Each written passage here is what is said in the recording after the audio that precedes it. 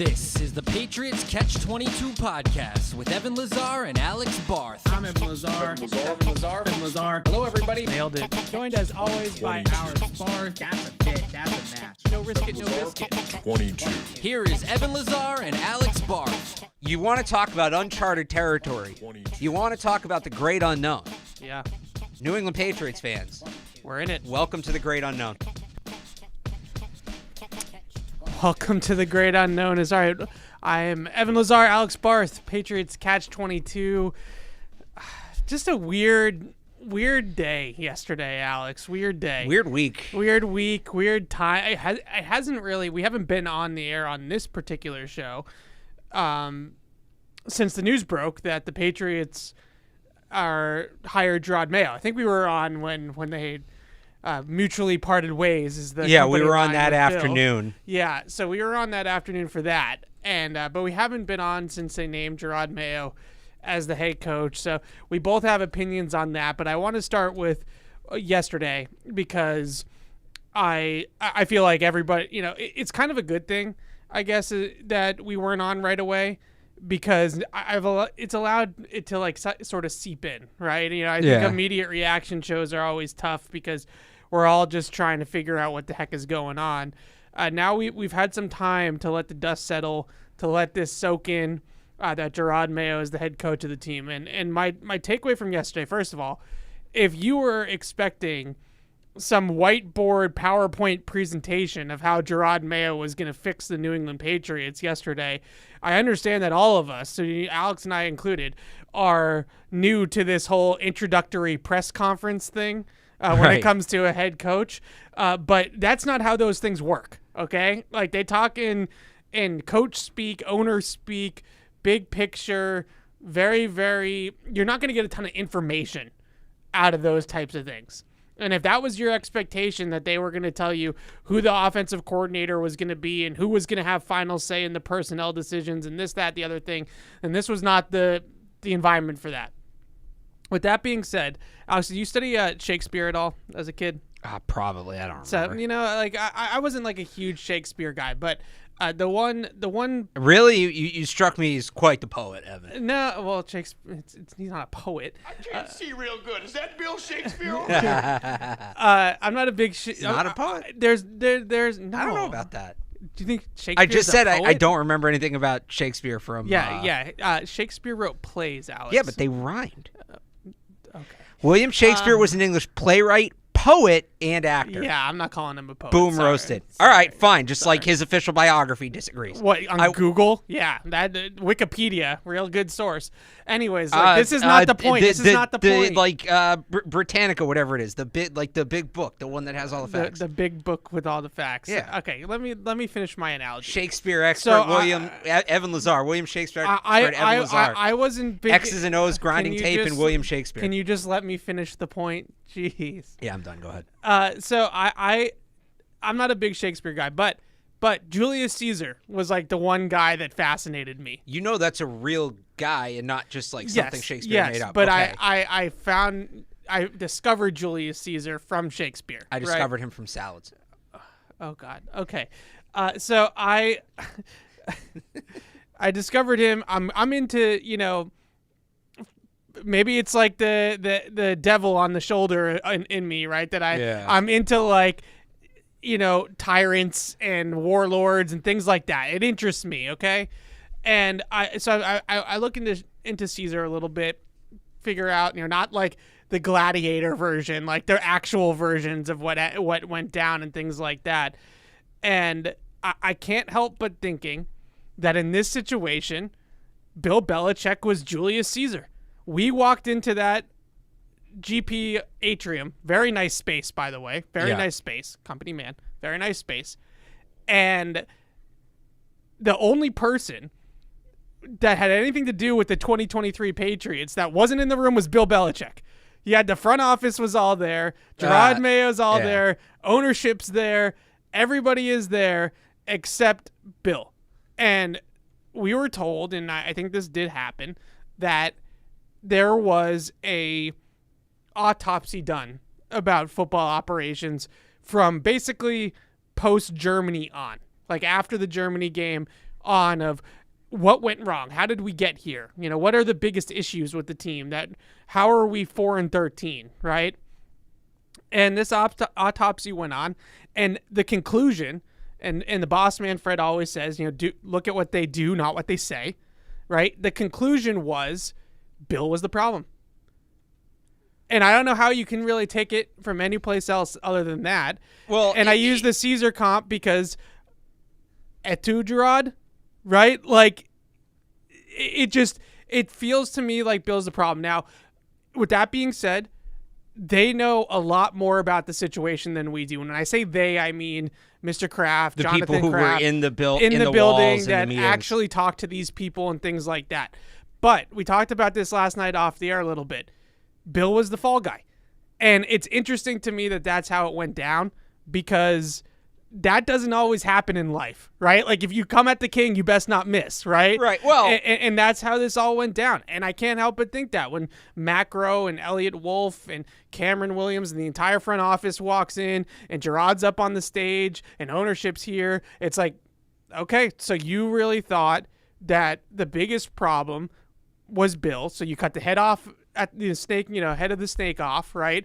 And now everything's going to be different. And there's reasons to believe that. I'm not saying it as in like they're wrong. I'm just saying that's what they're telling us. What their actions is what they feel was the case. So I want to get into things will be a different thing, because I think that was a big theme from yesterday. On your take, look, they went 4-13. Something clearly wasn't working. Everybody knew that. There was always going to be a fall guy or fall guys. We had conversations off the air, Evan, about who we thought that would be. I don't think at one point we put up Bill as the fall guy. And to what you're saying, either they thought that, or that's what they want to, that's how they want to present it. Even if it wasn't true. And at a certain point, you're splitting hairs there. But they are, whether it's because they believe it or whether it's because it's the convenient narrative because he's not here anymore, they're putting it on Bill. They're 100% putting it on Bill. And it's an interesting route to take, man. It's a very interesting route to take, because if it doesn't work out, I mean, people are already frustrated now. You move on from and Robert did call him the greatest coach of all time yesterday. It wasn't. And the other week. Like, it's not about it wasn't exactly a roast of Bill Belichick. But, if it doesn't go great, it looks like he kicked the greatest coach of all time out the door, and he gave him, a couple extra kicks as he was going. If it does work, Robert Kraft looks like a genius. Looks like a massive, massive genius. So the buzzwords that we heard yesterday are all the words that we thought we would hear, I think. Collaboration. Yeah. Building relationships with this generation of players. Repairing relationships. And repairing other relationships. Yeah. Echo chambers, right? Not being an echo chamber. So I think the biggest thing that I took away from all of that, was that the echo chamber thing, I think, was big. I think that a lot of people within the organization feel that they couldn't speak their mind, or their mind wasn't heard, or whatever the case may be.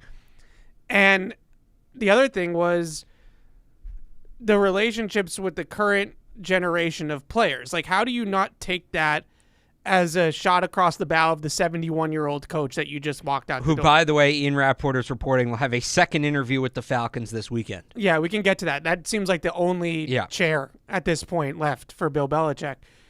And the last one was, it does feel like they want to kind of innovate the way that they do things in the front office. And this is sort of a bigger thing that I want to unpack in terms of what's going on with the front office. But those three things really line up to culture.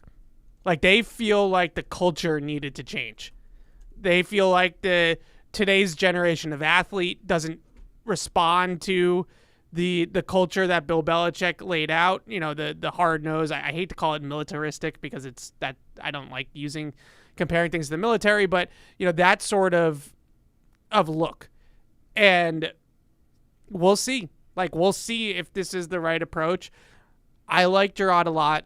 I think a lot of players we spoke to on the record, Juwan Bentley, Jonathan Jones yesterday. I spoke to some of the guys off to the side as well that were there, and everybody's really excited. The word Juwan Bentley used multiple times is hype. Like, I'm hyped for this. The right guy got the job. I think there's a lot of energy in that room yesterday about this move and about Jerod Mayo taking over.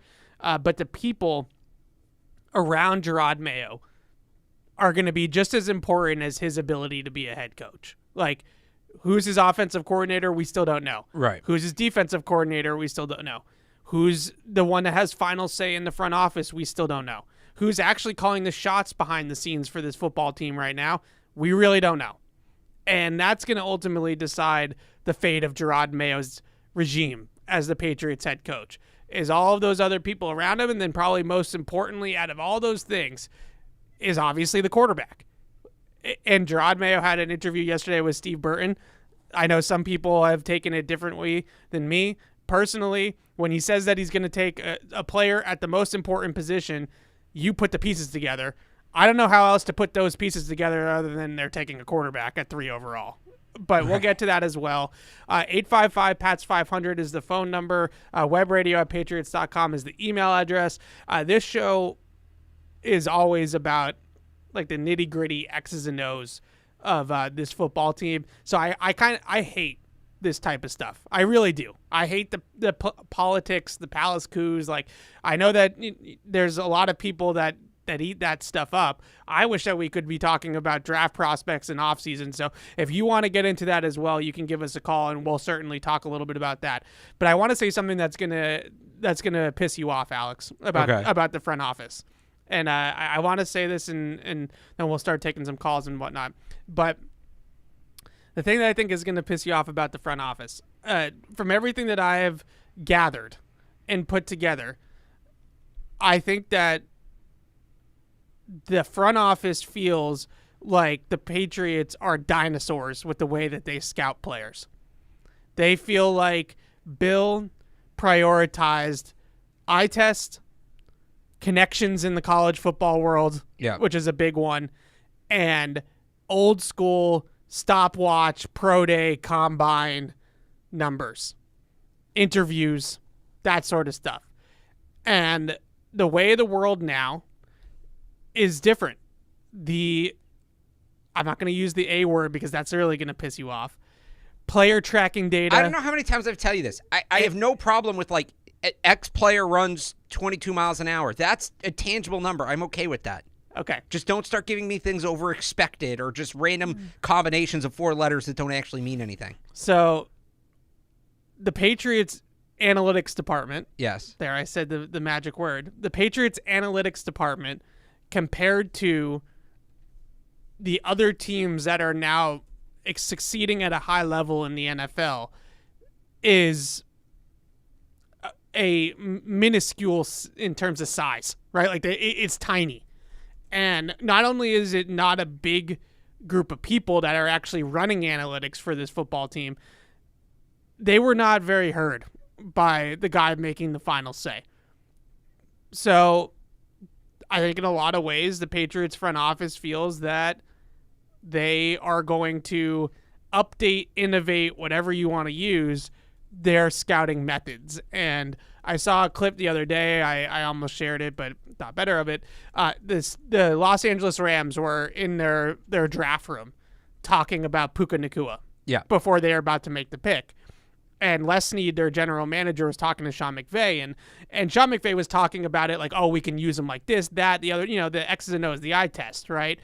And Les Snead was saying that if you sort Puka Nacua among the wide receivers in this draft by actual game speed, right? We're talking like next-gen player tracking data. Not what he ran in the 40-yard dash at his pro day, but actual in-game with pads on, guys chasing him, game speed, that Puka Nacua was one of the fastest receivers in this class in actual gameplay. And you see what happened. He had one of the best rookie seasons for a wide receiver in the history of the NFL.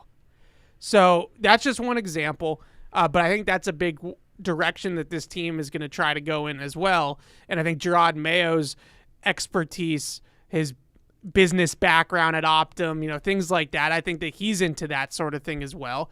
So for better or worse, whether you like it or not, the analytics, I think, are going to be a bigger part of their scouting portfolio moving forward. There's always going to be a place, and both you and I believe strongly in the eye test. Like, you still have to watch these guys on film. We're not talking that they're going to draft people off. You of have to draft spreadsheets. good football players. But I think what the goal is, and let me add to that, you got to talk to them and make sure. And Mayo talked about this yesterday. You're drafting good people too. Like, that's a big part of it. I think the goal of this is that they're going to be drafting good football players based off of actual football, tangible football evidence, and not what he runs in a 40 and a spandex at the combine in Indy. That's why I know you thought you were going to piss me off. That's why it doesn't, because you use that word tangible. Yeah. It registers that a guy runs, this many miles an hour, or, acceleration, how quickly does he get up to top speed. I would even argue more, Evan, my thing about the 40. Yes. That nobody knows the practical application of the 40. The whole reason the 40 was added was because at the time, the average punt traveled 40 yards, and they wanted to make sure that you could get down the field in time to cover a punt.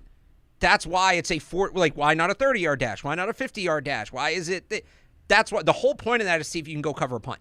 Right. That's it. So, yes, doesn't measure how fast a player is. There's numbers within that. Evan, I know you're big on this, the 10-yard splits. Yeah. Right, where burst off the line of scrimmage. Right, how fast you get out of your stance, how fast you really get going for a lineman. A lineman might run like a 5-1, but if his first 10 seconds is pretty good, it's like, all right, that guy's explosive getting out of his stance, which is what you want. I've always wanted them to run the 40 out of a 3-point stance. Yeah. Not the sprinter stance, because it's more relevant. But I have no problem with tangible information.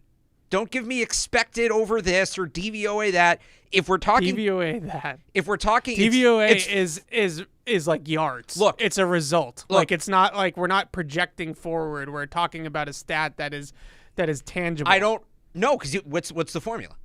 Oh, you have to ask Aaron Schatz. That's my point. And look, Aaron Schatz, Sharon High School grad, so I don't want to knock him. I don't. And there's certainly a place for that for certain people. I need to understand what I'm looking at. I need to know what's behind it. Miles per hour, my simple brain can grasp that. Okay, big man run fast. Great. Good. Wow. When I covered football in college, there was a coach, we asked him one time, he had a really good tight end, and we were like, what makes this tight end so good? And he said, he's a big guy that can run fast. That's usually a good tight end. And I'm like, all right, I can understand that. Jeez. Big man that run fast. That was in Gronk's pride, too. I'm so just going to tell you right quote. now, I think, like, big man run fast is where the front office thinks that the dinosaurs are. Right? Like that. Like, so I feel like that's part of the problem. But I'm saying, right? I don't think it's one or the other. I think big man run fast 40-yard dash, or big man run fast, next gen tracking data. I guess it depends on what position you play. But that's kind of my point. Is, are we actually, because if you're like DK Metcalf, big man run fast. Yeah. Right. But at the same time, he's got a lot of other things that are good about his game. But that's the crux of what makes him different. Right. Is that he's 6'6" and can run a 4.3. Right. Right. So I get that's just my point. It's like, so it wasn't to say like, all right, just, oh, hey, this guy looks fast on tape, he's good. But I'm saying, if you want to track player speed through next gen stats, compare I don't know, do they use next gen stats for college or whatever they use to get miles per hour at that level? No, they outsource it. Okay, whatever does it. If you want to use miles per hour rather than the 40-yard dash to track the fastest players, I'm all in on that. I have no problem with that, because you're actually gaining tangible information. Yeah. And they also will track, like, for example, like a linebacker.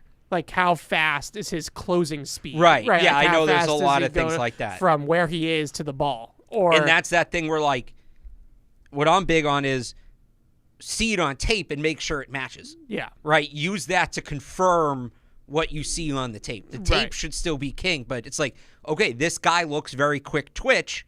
Do the numbers back it up or not, or is he just playing a bunch of slow opponents? Right. And teams, a lot of teams will also reverse it, right? Where they'll say, they'll have these analytics houses, they'll bring them these numbers, and they'll say, oh, wow, Puka Nacua ran 21 miles an hour. Maybe we should pull up this guy's tape and see what it looks like to the eye test on film. I think that at the end of the day, the whole point of all of this is just that they feel as though the only way to move forward was to cut Bill out. And Bill, not necessarily that Bill, I think Bill was the problem is probably the wrong way to put it. It's more like Bill was preventing younger, innovative type of minds in the organization from having a voice and having a say and having an ability to push things forward. And the Atlanta Falcons sounds like they're pretty much going to hire Bill Belichick. I think somebody reported, I don't know who it was, one of the insiders had reported that the NFL would prefer teams to wait until after the divisional round because that's technically when you can start interviewing people in person to actually announce these hires. So my guess is that we're going to hear early, and Jerod Mayo was promoted from within, so that's a different thing. I'm talking about external hires. So my guess is that early next week we're going to start hearing a lot of jobs being filled across the NFL, and this news about Bill getting a second interview in Atlanta would tell me that this is probably finalizing some details about how this is going to look with the Falcons. So. Interesting stuff yesterday, but I just couldn't help, biggest takeaway, couldn't help but look around and be like, he's the only one that's not here, right? You know, like the coaching staff wasn't there, but it's not Jerod's coaching staff. Some of them were. DeMarcus Covington was. I think he was the only one I saw that was there. Oh, there were like front office guys there, but he might have been the only coach, which, I mean, I've said, like, I'd love for him to step in as DC, so... Yeah, there you go. I don't know where their head is at with that. The coaching staff's an interesting one. I don't think anybody knows exactly what's going to happen with all of that. Even people in the building. I think it's pretty safe to say it's going to be a new group. You're not interviewing potential special teams coordinators to keep the guys you have. I think on special teams, I'd agree. On defense, there is Rooney Rule implications when it comes to defensive coordinator and offensive coordinator. So I couldn't find hires. that for some reason. Like, so you do need to do Rooney Rule interviews for coordinators. You have to do one instead of two. Okay. Two. It's two for head coaches. It's one for offensive and for coordinator. It's really hard to find like the actual written text of the Rooney Rule. Yeah. So if you want to, for example, for the Patriots, if they want to give Steve Belichick the official title of defensive coordinator, then they have to interview external minority candidates as well. Because he's not technically the defensive coordinator now. Right. So you're promoting him. Yeah, and it is external candidates, too. I've seen some people miss that. Like, you can't... Right. You can't interview DeMarcus Covington for the job. I mean, you can, but it doesn't count for the Rooney Rule. You can, and you should. Right. Let me add that, but... All right, let's take some of these phone calls. People are already calling in. Love it. Tucker is in Richmond. What's up, Tucker? Hey, guys. Thanks for taking the call. Hey. Listen to your show every week, but most of the time it's a recording, so I can't really ever call in. But I really like it. Thank you. It's been just really enjoyed it during the season. But the thing I wanted to touch on, and I'm going back a little bit from what y'all have been talking about, but I don't think I've heard either of you kind of give your take on the Wickersham piece that came out from ESPN. I guess that was last week. I know that was probably mostly from Bill's camp, so trying to take it with a grain of salt. But kind of made me feel a little bit more sympathetic for Bill just with how kind of the relationship had deteriorated with the Crafts, and makes me kind of want to root for him to have more success than the Patriots do over the next year or two, just to kind of show that, you know, maybe he was right and they were wrong. But, I mean, I don't know. I've always been kind of in Bill's camp through all of this. So curious for y'all's thoughts. Thanks. I'll take it offline. All right, thanks, Tucker. Yeah, I definitely won't be going that far. I mean, I hope I wish Bill success where he else he go. You know, same with Brady, right in Tampa Bay. I wouldn't. I'm going to be honest. Like when Brady won with the Buccaneers in Tampa Bay, it stung. Like that was not. I was not all like happy for him. Like, oh, let's go down to Tampa and go to the parade. Like, no, I was that did not feel good. I mean, I was happy. It was a weird emotion. I can't really describe it. I did not like that at all, because it's just not good from any direction, right? Like he wins someplace else. He could have stayed here. Well, I mean, I like Tom Brady, good. and I was happy for Tom Brady that he got to accomplish he's that. won enough. But you know what it was? You know what was weird about it? You know what? Thinking I didn't want Brady to win, and then pregame, one of the pregame shows said something about his mom throughout that season, Brady's mom, would still say, like when they were on the phone, would still say, "Go Patriots." Yeah. And he would do it too, and that was some weird sort of closure for me. Yeah. And at that point, I was like, yeah, whatever, go win it. So the Wickersham piece and all this stuff about the strays that are being thrown back and forth. I think the one thing I would say about that is that, in my mind, the job of an owner, the role of an owner, is to be the voice of reason, to save people from themselves. especially people like Bill, who are really hard to check in terms of power, right? Like nobody is going to go up to Bill in this organization other than Robert Kraft and say, Matt Patricia is not an offensive coordinator. What the heck are we doing? Right? Like that's not going to necessarily happen. And it's not anybody else's job to do that. Right. And that's in my mind, that's the job of an owner, is to step in when things are like that are happening. Yeah. The one thing that I agree with Bill on, if this is truly Bill's stance and he's truly holding these things against Robert, the one thing I will agree with Bill on, naming in writing Jerod Mayo the successor a year before he was, or even 2 years before, according to some reporting, before he was supposed to take over the job, was making Bill a lame duck. But wasn't the reporting from Bill that he was okay with that? That it was in Bill's contract too, that he was going to work with Mayo? There's so many of these. There's the Wickersham one. There were like 2 from Breer. There was the Herald one. I'm honestly losing track in what was from what. So my point being is that you can definitely see how, especially once word always gets out, right? Like people always find out. And especially once word starts getting out that Jerod Mayo has it written in his contract that he's the heir apparent to Bill Belichick, that just creates a dysfunctional environment, right? Like there's going to be people that are going to be Team Jerod. There's going to be people that are Team Bill. There's going to be people that are going to tell Greg Bedard that he's rubbing people the wrong way, Jerod, right? Like, that all of that now in hindsight makes so much more sense because he was a made man, Jerod Mayo, and he knew it. And it wasn't just a vocal promise like I think it was with Josh McDaniels. Right, not wink, wink, nod, nod. This was a true written in contract language. You are the next head coach of the New England Patriots if and when Bill Belichick is gone. And that to me, I think was not necessarily malicious or on purpose, but I think in hindsight, having the 2023 coaching staff function properly with that hanging over everybody's head probably was not the best move. We talked to, I don't remember if it was on the show. I talked about it. I think it was on the show last week. Something I've learned in all of this is Robert Kraft is an optimist. Yeah. And that's not necessarily a bad thing. Like, I think that's a good trait. But if things had gone according to plan, again, it looks brilliant. Bill finishes it out. Jerod Mayo gets to learn under him. It's this great symbiotic relationship. And then, boom, you hand the thing off. Clean baton pass, really no hiccup. Yeah.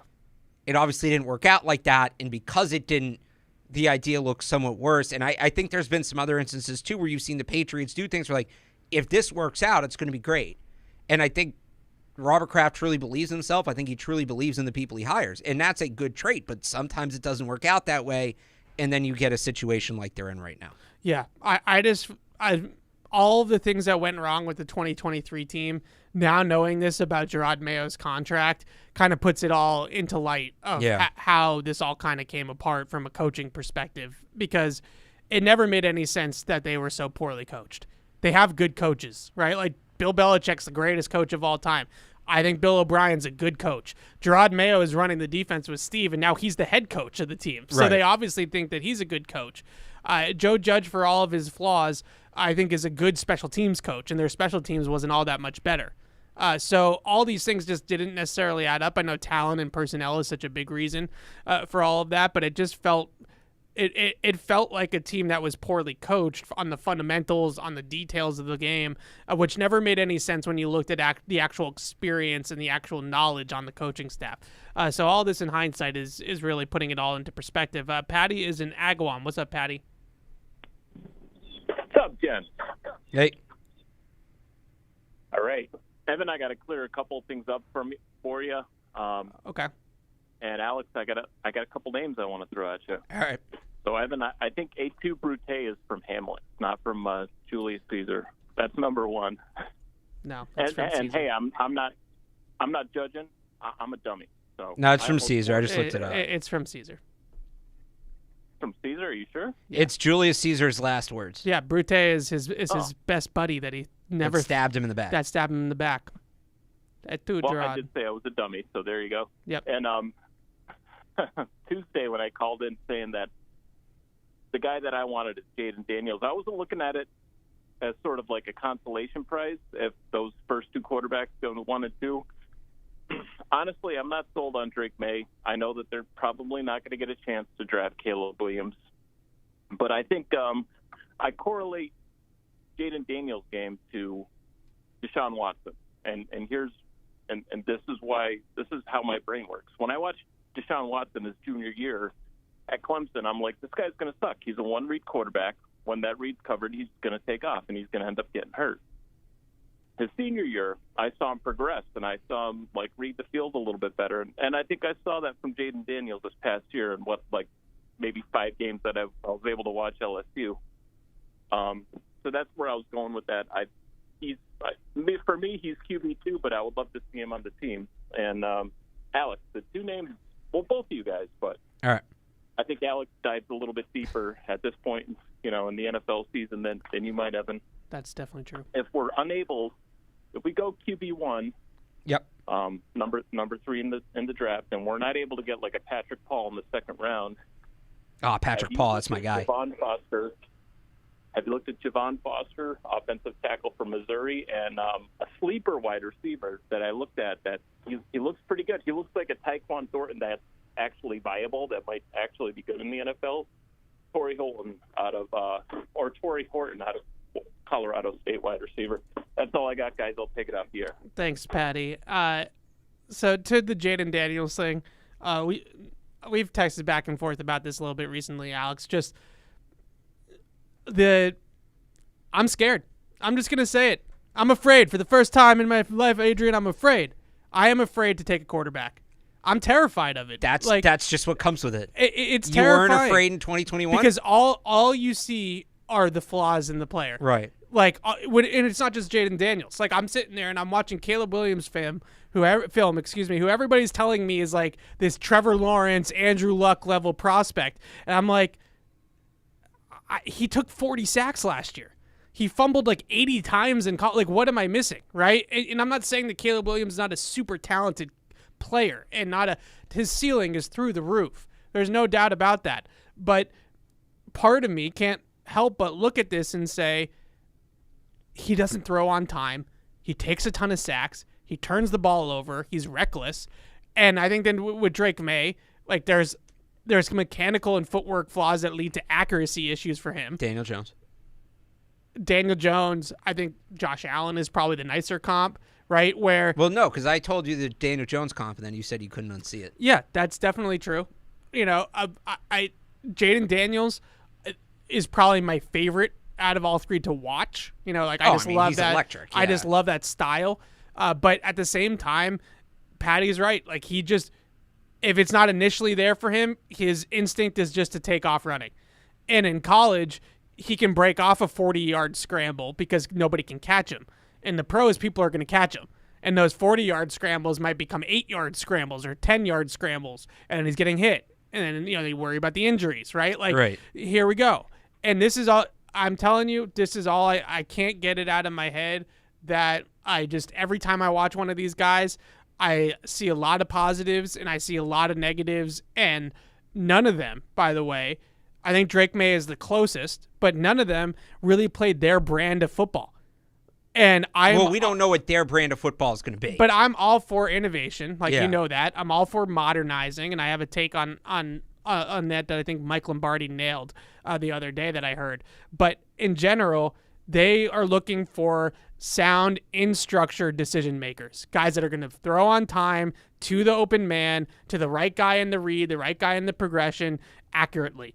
And none of these guys fit that bill. So if you're going to do this with one of these players, you're going to have to completely rewrite how you run offense. But there's a chance they might do that. I mean, you have a new head coach. We don't know who he's going to bring in as a coordinator. There's a real shot at that.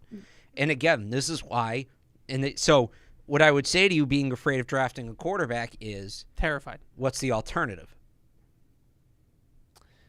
The alternatives are... Because the alternatives aren't pretty either. The alternatives are, I guess, 2 ways, right? One is the draft best player available in the first round, Bo Nix path, right? Which is what Dane Brugler did for the Patriots in his latest mock. Marvin Harrison Jr. at 3, Bo Nix at 34, right? That's one path.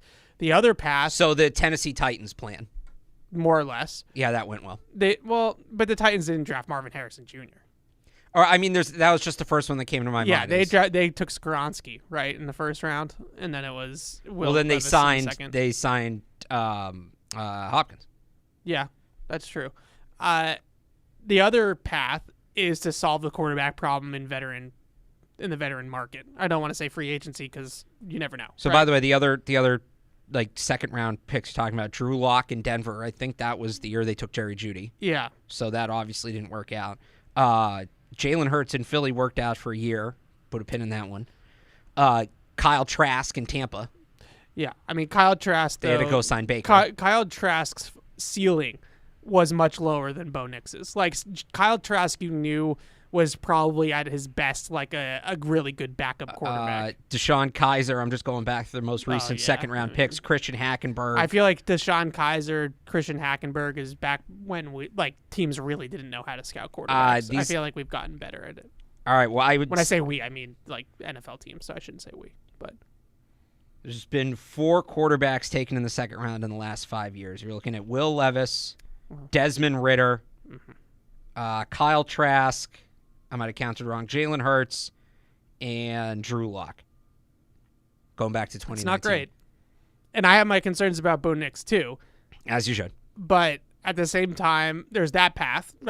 Going all the angles here. Well, there's a third path too. It's the veteran market. No, there's a third path. What's that? Run it back. Oh, well, no. That's not an No, option. but here's my point. But it has to be because you're either talking about a 36-year-old Kirk Cousins coming off a torn Achilles. No guarantee I there. would just say that, okay, finish your point and then. There's no guarantee there. Yeah. You're talking about a super low ceiling player. Like, Bo Nix might be a decent quarterback. He's not a franchise quarterback. He's not going to be, he's too old to develop to that level to make the jumps he needs to make. Or run it back, which I know nobody wants to do. Yeah. So, or take the guy in the first round. This is why, do you remember back in like October when everybody was ready to push Mac Jones out the door? And I said, you need to be patient and make sure. It wasn't this, and at the time it was taken as this defensive Mac Jones. It wasn't. It was because this is what's on the other side. And look, we ultimately found out with Mac Jones, and he wasn't the guy. And now, yes, this is where they are, and they do. This is not me advocating for Mac Jones or Bailey Zappi, and they found out with Bailey Zappi too. But the point is, you don't go back to the quarterback carousel until you're sure you absolutely need to. Because, as I've been saying for months, there is no... You go into that carousel, you might not come out for 20 years, and you can go through first-round draft picks, second-round draft picks, veterans. You can keep however many permutations you want. This is why I'm a little surprised that you're so pro-quarterback early, because... look, you're not going to find Brock Purdy in the 7th round, right? Like, you can't expect... That's an anomaly. That's an anomaly. You can't expect that. But if you take a little bit more of a deliberate approach to this and you do draft the tackle or you do draft Marvin Harrison Jr. and you just admit to yourselves that you're probably 2 or 3 years away from really being able to drop a quarterback in and have it all be ready to go. My biggest fear is, and maybe they get away with it by sitting the guy for a little bit. Maybe they get away with it by signing a Jacoby Brissett. You can't sit Bo Nix. He's 24. Okay, maybe not Bo Nix, but I'm talking about a first-round pick, right? I'm talking about a guy at 3.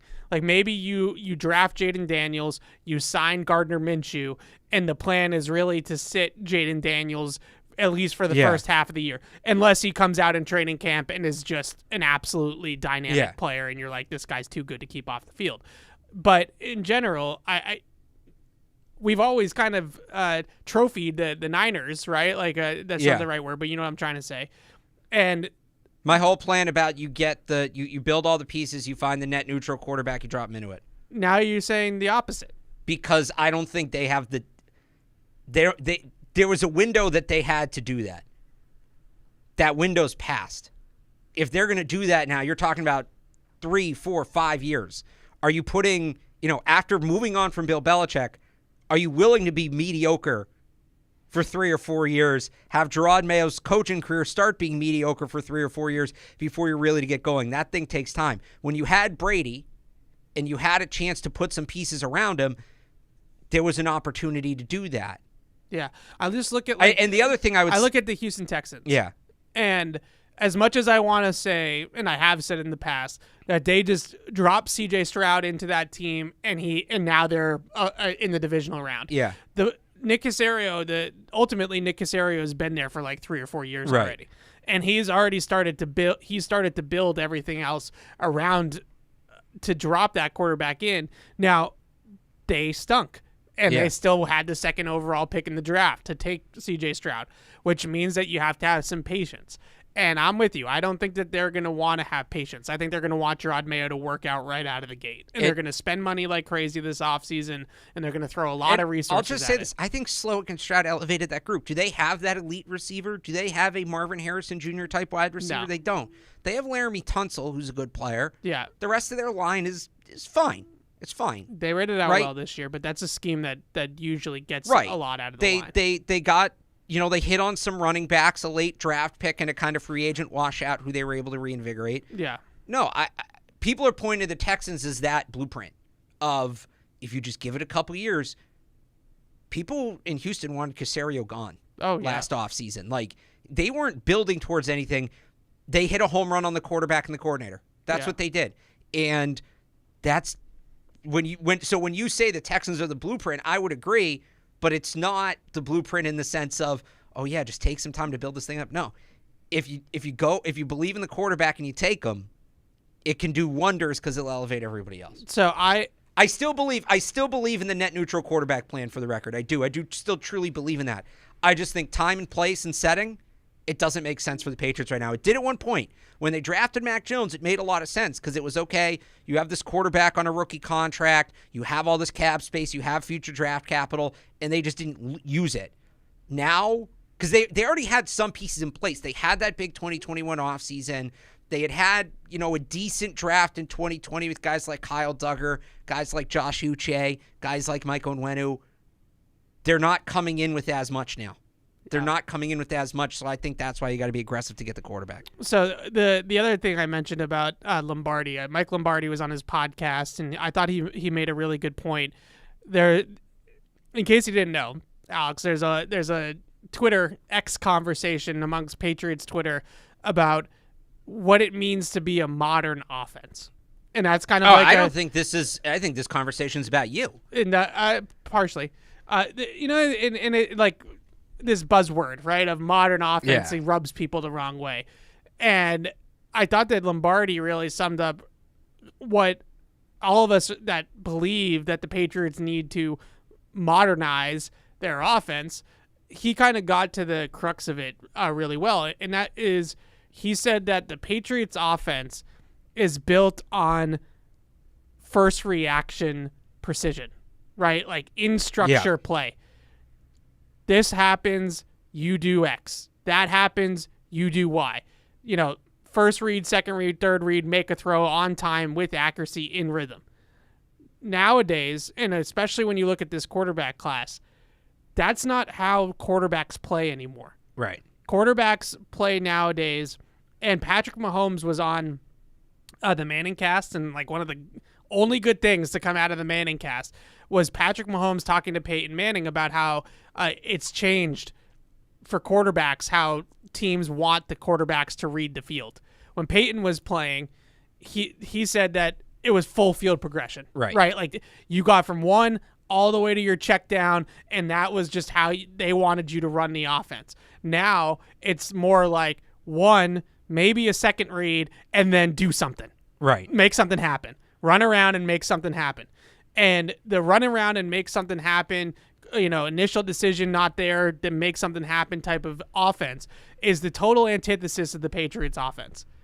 And that's why I look at these young quarterbacks, and I especially Caleb and Jaden Daniels, but even Drake May, who likes to be a little bit of a playmaker as well, out of structure, off platform, move and extend plays, create time with his legs, and then make throws down the field. That type of stuff, they need to figure out a way to adapt their offense to that style of play. Well, that's where every quarterback in this draft, besides maybe Bo Nix, is headed. Like even J.J. McCarthy, who we both don't like, and for all of his flaws, he's still one of those guys that likes to use his legs and likes to get outside the pocket and make throws on the run. So no matter who you're drafting out of this class, and I think moving forward, that's just going to be the case. I don't think you're going to draft like Shedeur Sanders at the top of the draft next year and expect him to run the Tom Brady offense, right? Like he's going to want to use his mobility and use his instincts and use his playmaking gene as well. So that's where with modern offense, with where they need to go, a lot of it is surrounded by the quarterback position. And a lot of these new offenses are encouraging that, are not only encouraging it, but building in like schematic answers to allow quarterbacks to do that. Like their off script, structured chaos. Yeah, their off script is scripted. Right. And that I think is a much different thing than what the Patriots are currently doing. And if they draft a guy like Jaden Daniels 3rd overall, they absolutely are going to have to adapt to that style of play. This is my point too. Let's wait and see. Like maybe they do bring back Josh McDaniels. This has been reported. I think he's going to go with Bill, but I understand why Jerod Mayo would like him. Let's see what they do at offense coordinator. It's still a little like I hate that we've had to put this caveat on everything, right? Every time we talk about the draft, well, who's coaching the team? Who's building the team, right? How many times have we done that? We're almost to the finish line. We're so close. We need the coaching staff, Jerod. Maybe we can go down the hall. We can go down the hall, and I don't know. I didn't see Bobby Slowick walking in the building when I got here today. So yeah, that's well, he'd be a head coach. Yeah, it's not going to be an offense coordinator. I actually am curious your thoughts on that. We've talked a little bit. I think we've talked about this. The two guys who are under Slowick in Houston, and one of those guys, especially Ben McDaniels, who is Josh's younger brother, who was their passing game coordinator. So Slowick himself is really young and inexperienced. Yeah. That's like it's kind of like Jerod, right? Like that's like the only knock on him as a head coaching candidate is his inexperience. So I don't know how much experience his other coordinators have. Ben's 43. Ben's been around. Assistants, I mean. Yeah. Yeah, like Ben McDaniels is an interesting name. Like I wish that we could like not have a McDaniels or an O'Brien or a Patricia. Well, or a but if he coordinated, can we go a little bit further outside? If he coordinated Houston's passing game. Just saying.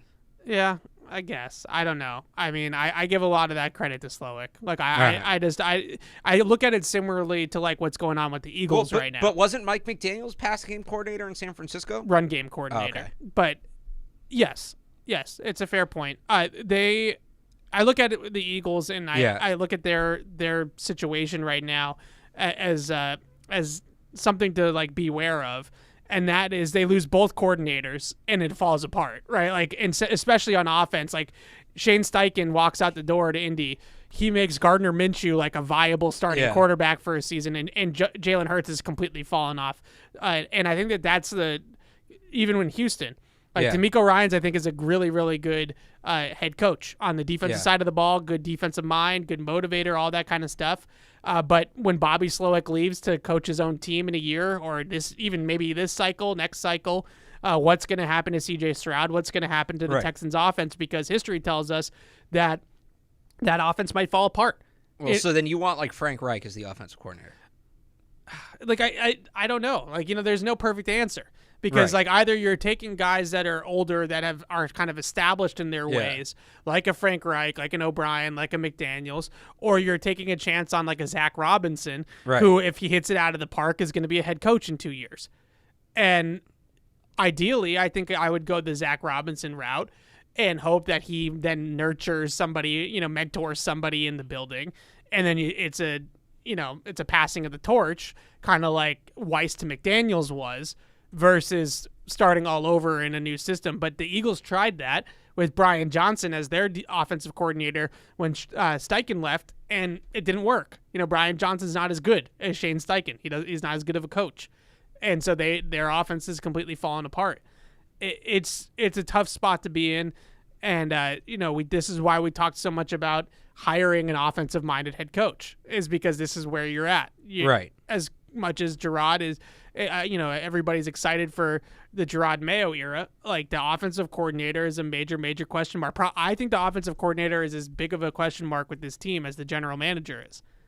It's because that's the guy that's going to be developing the guy, right? Like that's the guy that's going to be coaching the quarterback, developing the quarterback, building a system around the quarterback. And if you're going to take a quarterback at 3 and hand him to an inexperienced defensive-minded head coach, you better have somebody on the offense side of the ball that knows what he's doing. And that's probably my biggest concern out of all of this. Let's get back to the phones. Roy is in Natick. What's up, Roy? Wait, hang on. The two players. Sorry, Roy. The two players that. Oh my God. Okay, go like. Torrey Horton went back to school, so I really liked him, but he's out. And then the tackle from Missouri, I haven't gotten to watch a ton of Javon Foster. I like Missouri's offense as a whole. It was a good offense. I thought they blocked well as a whole. I got to focus in more on him individually, but he'll be at the Senior Bowl, so a guy will learn more about then. Okay, Roy, go ahead. Sorry, we had to talk about 2 UDFAs before we took your call. I mean, Torrey Horton is going to be a top 100 pick. Go ahead, Roy. Yeah, I'd like to propose a trade with the Vikings. Okay. The first overall pick. The Viking? Do you mean the Bears? No, I would like to propose a trade where we send Keon White, Mac Jones, who else? Oh, Vidarian Lowe, and a draft pick for their first overall draft pick. What do you think? For the Bears' first overall pick. No, for the Vikings. He's saying for the Vikings' first round pick. Do you get it? Vidarian Lowe and Keon White. No. I mean, we correct all the mistakes of the last 3 years in one trade. Is Keon White a mistake? Well, no, I would rather have taken an offensive tackle there. I mean, And that's what I would do with the Vikings pick, is pick a tackle. okay, Take that doesn't mean you get rid of good players. Number 3. So you're going to give the Vikings 3 players who aren't starting caliber and a project defensive end, and you think you're getting the 11th overall pick for that? It's more of a joke. Okay. Just making sure. Keon White was a first overall talent, don't you think? He could have been a first round pick. Yeah, he honestly might. I mean, these are the players that Bill made a mistake on, right? Keon White, instead of taking an offensive tackle, Mac Jones, instead of waiting on a quarterback. So we could clear all that mess up in one trade. Okay, I get the point. Thanks for the call, Roy. You're not getting a first round pick for that package. And Vidarian Lowe was traded or cut by the Vikings, right, to the Patriots last offseason. Yeah. So he's already been in that building. So I don't know where that trade came from. So let's trade. Who do they still have the rights to? Let's trade. James Ferentz and who else is on the practice squad and all those guys. We'll see. Be nice. It's the old Madden thing. There used to be a glitch where if you just put enough players in the trade, you could get a first round pick. So his point, though, of some of these guys that he feels that Bill made a mistake on, like Vidarian Lowe. Let's just call Vidarian Lowe what he was. Vidarian Lowe was their 6th tackle that had to play. That wasn't like Bill Belichick traded for Vidarian. I think they traded for him, right? I keep saying that, but that's not like they traded for Vidarian Lowe thinking that he was Joe Thomas, right? That one was a depth acquisition. They needed depth and bodies at that position, and he was available. That's all that was. What did you make of to get back to real world, not La La Land? Yeah. What did you make of Mac being there yesterday?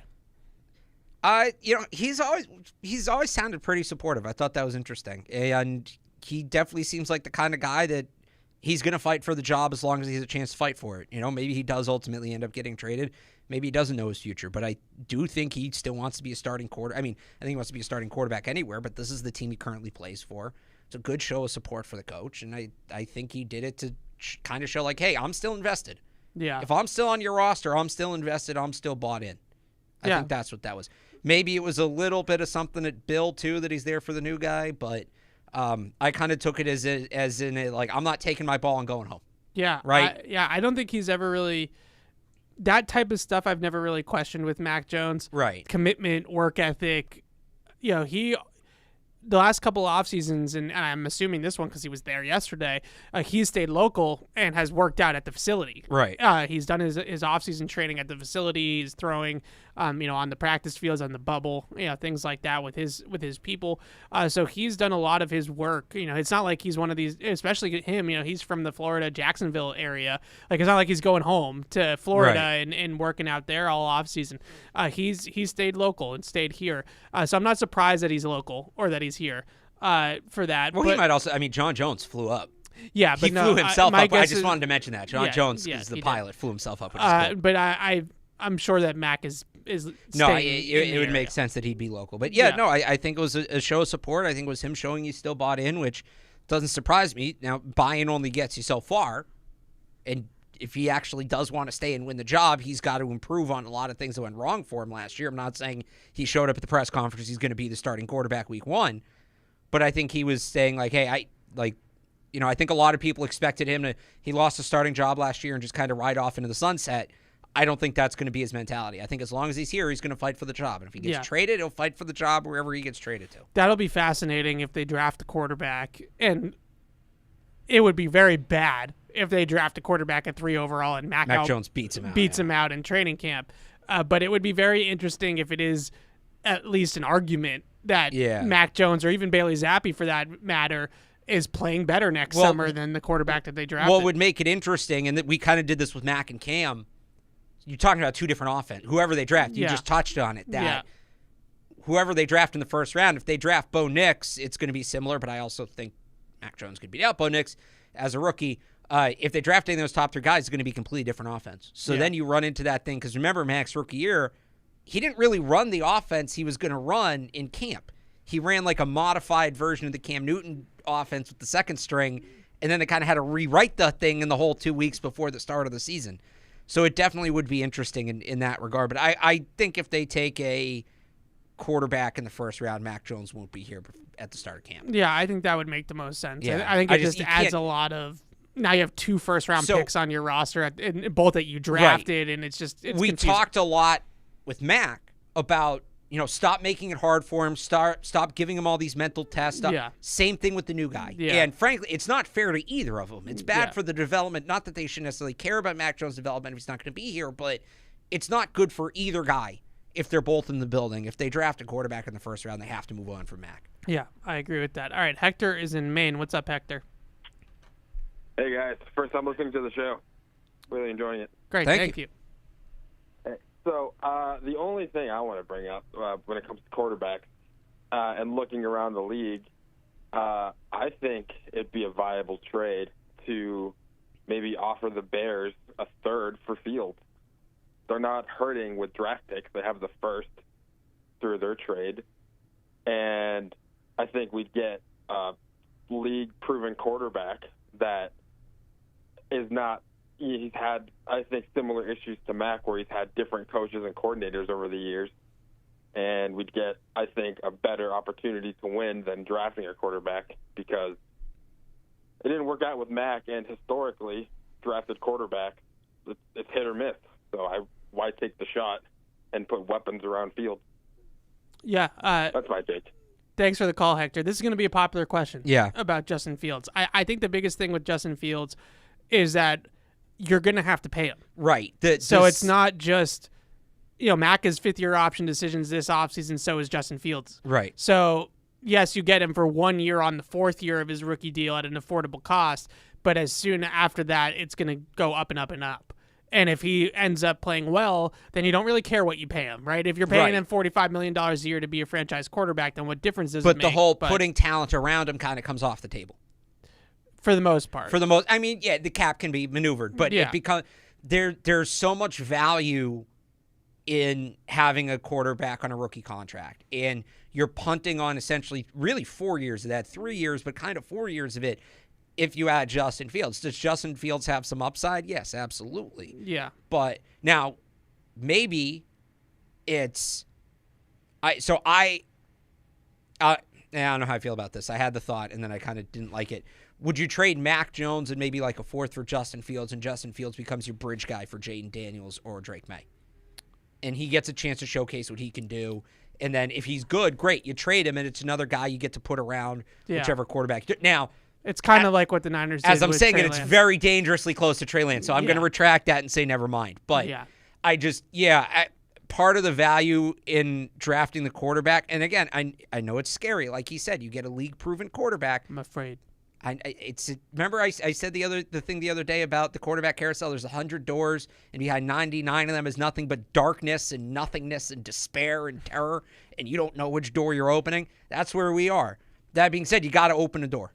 You got to open, and you got to rip the Band-Aid off, and you got to just do it, because the upside, if you hit on the quarterback, is so much higher than, I think the upside, maybe with Justin Fields it's a little higher, but, on a guy like Kirk Cousins, or I don't think Baker's going to be available. Baker's the one veteran I would consider, but if the Bucs don't re-sign Baker, people should be fired. That's simple. The Bucs are Baker's going to stay with Tampa. The whole whether thing, it's on the franchise tag, right? Or No, he'll whatever. be there. But the whole thing about like a veteran quarterback or whatever, the ceiling for that, you're talking about Kirk Cousins. This isn't. I feel like people, and I've given this take before, but I feel like people saw there was this run in the last decade of quarterback, like superstar quarterbacks moving late in their careers. It started with Peyton when he went to Denver, and then you see a guy like Brady leave, and to some lesser extent, you had Rivers, you had Matt Ryan, Aaron Rodgers, Russell Wilson. That happened because there was such a surplus of quarterback talent in the NFL, and not just there were more good quarterbacks than there had ever been, they were all playing into their late 30s and early 40s. And there was just a surplus at this position. That's not supposed to happen. That's over. That's done. Wilson was the last one. I don't know who else from that, like who are the veteran quarterbacks that would move. The next true established starting quarterback that might move is Trevor Lawrence. But if he does that, he probably had a pretty bad year next year. I also think that he's moving more so because the Jaguars are a dumpster fire, like just because that organization but I'm saying, is like, a loser, and that's it. But the idea that like, oh well, look, the Bucs traded for Brady and it worked, and even you could say, Rivers got the Colts to the playoffs. It wasn't great, but Rivers got the Colts to the playoffs, and right things like that. The ceiling on that kind of move now with the guys who are available is Geno Smith and the Seahawks, and that's been a fun story, and I'm happy for Geno that he's playing well and all of that. Happy for him. Where are they? Happy for the guy. Where are they? Where are the Seahawks right now? Sending Pete Carroll upstairs. Exactly. Out to pasture. So it's because you have to pay the guy. There isn't as much room for development. A lot of the times the older quarterbacks are set in their ways. So if you're not a scheme fit like for Justin them, Fields isn't. He's not. Justin Fields is a little different, but it's still that idea where like you're gonna have to pay him. And his development window's kind of closing. Like he's kind of getting to the point where he is who he is. Right. It's like paying him, and then also that last part. Like it is a lot of his flaws right now as a passer are very similar to Jaden Daniels' flaws as a passer. So why wouldn't you take the younger, cheaper version? Like, why would you trade? Who you have more time to develop. The only difference is like I get the caller's point, and we just. And I would just say before people yell, they're going to say, "Oh, Jaden Daniels only a year younger than Justin Fields." Football years, it's different. Well, it's just contractual years. Like it's also football years. I think if you've been in the NFL for a certain amount of time and you haven't adjusted, that's a sign that you're not going to adjust. Jaden Daniels is still more moldable. He's still more of a piece of clay than a guy like Justin Fields is. Yeah, I mean, obviously the devil's advocate is that now you're not using your first-round pick on a quarterback, so the first-round pick becomes Marvin Harrison Jr., becomes Joe All, and now you're getting a guy with a little bit of a higher ceiling than Mac Jones at the quarterback position, and you're getting a big-time player at the top of the draft, whereas if you just take Jaden Daniels, you just have Jaden Daniels. So would you rather Justin Fields and Marvin Harrison Jr. or Jaden Daniels? I'd rather Jaden Daniels and T. Higgins or Jaden Daniels and Mike Evans, and that's where that comes in. Like, they got to be willing to spend to make this work, and that was the big misstep. And this was in, I think, I'm getting all of these inside look pieces mixed up because there were so many of them. I believe it was Jeff Howe who wrote about this, about, they drafted Mac Jones and didn't really do anything after that. They didn't really invest in the offense. They used a first-round pick on a guard. They used a second-round pick on a receiver. They traded a third-round pick for a receiver. That was really it in terms of premium additions. Pop Douglas was a hit, but he was a sixth-round pick. Kendrick Bourne was nice, but he wasn't highly paid. Even, Nelson Aguilar was not highly paid. I know people thought they gave him a lot of money. They made him the 23rd highest-paid receiver in football when they signed him. That's not a premium addition. I say all of this about the quarterback, hoping that this time it's different, and they get aggressive in adding pass-catching talent. You want fast guys? You draft fast guys. No, Alex. I want good players, so draft good players. I'm hoping, or sign good players, frankly. I'm hoping they get more aggressive in putting the talent around the quarterback this time. But that, to me, is the big part of it. And for what it's worth, I still think you can get an impact receiver on day 2 in this draft. I still think you can get an impact tackle in the second round. I don't know about the third round, but I still think you can do that. Maybe they're not going to be a perennial all-pro like Joe Alt, but they're certainly going to be good enough. Yeah. So The receivers in this class, especially, I think the depth of this class is as deep as I've ever seen. Unreal. There might be like 20 receivers taken in the first 3 rounds. I've said this, Evan. I've said this to you. There are guys that are probably going to go early on day 2. I look at the 2 Texas guys in particular, Xavier Worthy and A.D. Mitchell. Both of those guys are either wide receiver 1 or wide receiver 2 for me last year. Yeah. Like, those are guys I'm taking last year top 20. And they're going to go probably outside of the first round. Yeah. Even like a guy, I really like Roman Wilson a lot from Michigan. Yeah. He's going to be in play with the Patriots' 3rd round pick probably, right? And you know what? If you miss him, you get Jermaine Burton from Alabama, who's a very similar player. Who's going to be a 4th round pick. Roman Wilson's got some Amon-Ra St. Brown vibes. You think so? Yeah. I feel like he's much faster. I think he's got some Amon-Ra I St. Brown. kind of see where you're coming from, but I think he's more explosive, no? I don't think he's as shifty. I think he's more fast than quick. I think that I think in the NFL he'll be more quick than he is fast. Okay. Because I think those types of guys, I don't think that Roman Wilson has like true top end speed, but in the college game he does. That's true. Like a guy like Pop Douglas, like he's really, really fast. But in short bursts, right? Like in the league, he's not Tyreek Hill. Yeah. He's not taking the top off. At Liberty, he was taking the top off. I have another Amon-Ra St. Brown comp in this draft. It's Jacob Cowing from Arizona. You'll see him at the Senior Bowl. But. Yeah, I was a big, not to like toot my own horn, but I was a big Amon-Ra. No, you really St. liked him. I remember that. And those types of guys, the crafty guys that still have enough athleticism, speed, burst, agility, like those are the guys that I always gravitate towards. And I've always said it's like take Jacoby Myers. Yeah. But 1st or 2nd round Jacoby Myers, right? Like, don't take the guy that was a quarterback to start, then a receiver, then ran a 4.7. Well, that right? to me is take the 4.5 Jacoby Myers. That to me is Jalen Polk from Washington. Yeah, I love him too. Yeah, he I don't think he's as heady as Jacoby was, at least not yet. Yeah.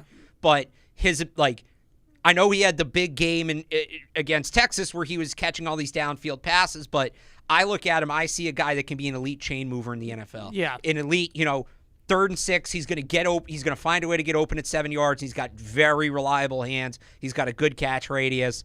He's kind of that Jacoby guy to me. Maybe he's a little more explosive. Doesn't necessarily read the field as well, but there's some interesting slot guys. That's the other thing. Like last year, remember it was all slot guys. Yeah, it was all JSN, Zay. We were talking about. I mean, Quentin Johnson was the one kind of X, but told you, Eldred.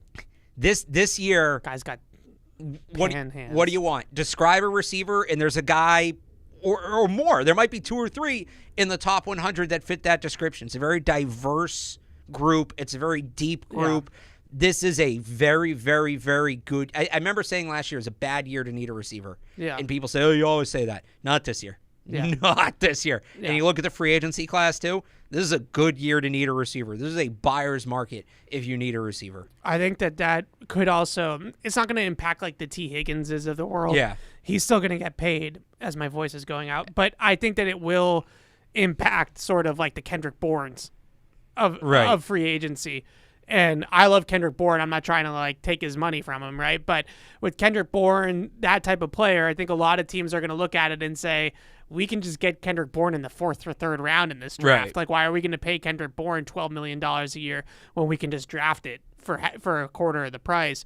The Patriots probably shouldn't operate like that just because of their developmental history at the position. But teams that are really good at developing receivers, I think that they're going to look at guys like, in that mid-tier free agency class at the position, and they're going to say, this draft, we can just kind of draft that guy. So Kendrick Bourne's value might not be as high as it would be in other years. A guy like Jamari Thrash from Louisville. Yeah, so you mentioned Polk, you mentioned I love both Texas guys, but I feel like they're going to go – you're going to have to take one of those guys at 34 at the lowest. I'd be okay with that. It depends on what you do at tackle. I guess. Yeah, that's fair. Because this tackle class drops off. And it does. If you don't take a tackle at 34, I'm worried that you're not going to get You're probably going to miss it. I mean, you could trade up. You could get aggressive and trade up. God forbid. You actually trade There's up other guys I like further down. Malachi Corey's an interesting one from Western Kentucky. He put up massive numbers. I don't want to say a wide receiver, Bailey Zappi, but there is a little bit of that. That's not going to sell people. I know it's not. It's just so easy. I don't even remember what kind of receiver we were talking about. So I guess this is my other question too. Yeah. As we get into this, is that I think if you look at them historically, Yeah. and I get that it's not Bill anymore, and maybe we get lucky and this changes. This is, again, tell me who's coordinating the right, offense, maybe right? the new coordinator, new wide receiver coach, like they go to all of a sudden being the Pittsburgh Steelers. I don't know, right? Right. But the position that they have struggled with the most is obviously the X spot, right? The true perimeter outside receiver. They've been able to get the inside guys like Jacoby Myers, Pop Douglas, even Kendrick Bourne, right? Like they've been able to get those Z slot guys and get guys to produce in that spot. That's why I feel like if you're gonna go, as much as I love, some of these X's in this class, like an AD Mitchell, who I think is a really, really intriguing player early on day 2. But as much as I like those types of guys, if you're gonna go that direction, I feel like paying the proven commodity for the Patriots at outside receivers like a T. Higgins, even like a Michael Pittman. Like I'm not paying Michael Pittman as much as T. Higgins, but those types of guys, and then supplementing that with a day 2 draft pick at the position that's more your type of guy that fits more what you do. I think that's probably the smartest way for them to go. Pittman, obviously, I know you like Mike Evans. I'm a little bit worried about him falling off, but Mike Evans, I think, is a potential. Well, I think guy if it's as well. Mike Evans, you draft more of a kind of XZ hybrid. Yeah. And then you give Evans a year or two while that guy truly develops. That you draft Mike Evans, you take a more developmental guy in the 3rd round. You have Evans here for like 2 or 3 years, and then you hope that whoever you drafted is ready to take over as your true wide receiver 1 when Mike Evans is out. But I'd say with Higgins, so you have Higgins at the X, right? Yeah. You have Pop Douglas in the slot. Yeah. So you're looking at probably like a Z-type receiver. Jalen McMillan from Washington's an interesting guy in that regard. You can probably get him in the 3rd round. I'm not ready to say I'm in on Ricky Pearsall yet. I need to see more of him. Guy from Florida. Yeah. He is interesting. He makes a ton of highlight catches. There's a ton of... if I say highlight routes, does that make sense? Yep. Where like he runs some routes where he just... I mean, the defender's nowhere nearby. That's it's interesting. I need to watch I don't know how consistently he does it. Like I didn't watch Florida enough. I haven't gotten to him yet. He'll be at the Senior Bowl, but like Ricky Pearsall's a guy like sort of, again, saying this, not having watched him a ton, sort of Kendrick Bourne-ish, where he can do a lot of different things and he'll pop and he's got some big playability. Like you put that kind of guy with T. Higgins and Pop Douglas, and that kind of interests me. So you mentioned guys that run highlight routes versus like guys that just somehow put up stats that aren't as flashy. Well, I mean, it's like something like highlight catch, right? A spectacular catch. The guy, you see him, he's always mossing people or one-handed grabs or diving catches. The route equivalent of that, where like I would watch him and like he's putting the defender on the floor. Like he's just losing guys in the route and things like that. So I watched I finished up the 6 quarterbacks, right? I did JJ McCarthy. I toughed through it for everybody. But when are you going to watch Joe Milton? Probably not till like April. But I also did the top 3 receivers. Marvin Harrison, obviously, Neighbors, and Adunze. And Marvin Harrison, like I'm going to put Marvin Harrison in this draft conversation in his own category. I just don't think he's his own thing. He's his own thing. So what we're really studying is like more the Neighbors, Adunze, Keon Coleman, like that sort of tier is when I say this. Malik Neighbors is the flashiest guy by far. Oh yeah, he's an LSU receiver. His burst in all ways, like his ability to change speeds, whether it's tracking the ball in the air and pulling away as he's tracking it, or it's like a little stutter and go, and then all of a sudden he hits the gas at the top of the stem and it's just like gone. His ability to create separation and do that is freaky rare. Adunze, you know who he reminds me a little bit of? I've said Stephon Diggs, but that's not bad. Okay. I don't mind that. I was gonna say DeAndre Hopkins. Like I feel like he's not that. Is he that big? DeAndre Hopkins isn't like DeAndre Hopkins is like tough. You know, Diggs is a good comp. Adunze's definitely tough. Adunze's 6'3". I don't know if he's that tall. We'll see at the combine. Okay, well, that's what. Like, I think Hopkins like 6'5". Like, he's got the length. Hopkins is not 6'5". Hopkins isn't 6'5". What am I thinking of? No, Hopkins like 6'2", 6'1", 6'2". Is that it? Yeah. I always thought of him as tall. The reason why I bring up... yeah, he's 6'1". Right. The reason why I bring up Hopkins, I think that Hopkins is tougher at the catch point than Adunze. Oh, yeah, I mean, he's elite. But I think the difference, what I see with them, is that I don't necessarily see, like, tons of separation on the film, but he makes all this, like, initial separation, and then, like, there's enough of it that if you put it in his catch radius, he just muscles in and makes the catch. Right. And that type of guy, I don't find quite as intriguing as like the flashier guys because I'm all about separation. Like who's going to get open for me at the top of the route? Adunze is just one of those guys that it doesn't pop off the film necessarily at you, but then you look at the box score and he had like 180 yards in the game. And you're just kind of like, how did that happen? Right. Right. And I feel like Diggs is maybe a little bit better than him at the top of the route. But I feel like Hopkins is someone that is similar. Like Hopkins probably has a more highlight reel, like one-handed acrobatic type of catches. But just in terms of the route running, it's like, is he that fast? Like, is he really pulling away from people? And all of a sudden he's got like 150 yards. Right. And I feel that way about Adunze. Malik Neighbors is, I don't know how or why it would make sense for the Patriots to draft Adunze or Neighbors just based off of where they're going to go. Right. Talking about probably like the 5 to 10 range for both of those guys. And it's like not real. If you're taking a receiver at that point, just take Harrison at 3 and be done. You're like trading down to take Malik Neighbors. Right. Like I just don't really see how that works. But I thought I would just mention that because I did watch both those guys recently. Did you watch? So it's funny. Hopkins is in my mind, Hopkins was taller, but Hopkins is my comp for Keon Coleman. Just like elite jump ball catch point receiver. I could see that. Keon Coleman terrifies me. I know he does, but doesn't create enough separation for me. New era. Like, okay, but Keon Coleman is the guy I talk about this all the time. You can't live in the NFL off of one-handed catches. I know, but that's just not how I it talk works. about this all the time. Natural separation. Keon Coleman's 6'5" with massive arms, and he's a freak athlete. You throw the ball up, the corner's not getting where Keon Coleman's getting to. You throw the ball out wide, the corner can't reach where Keon Coleman can reach to get the ball. So aren't you like more describing T. Higgins? I guess probably. Yeah.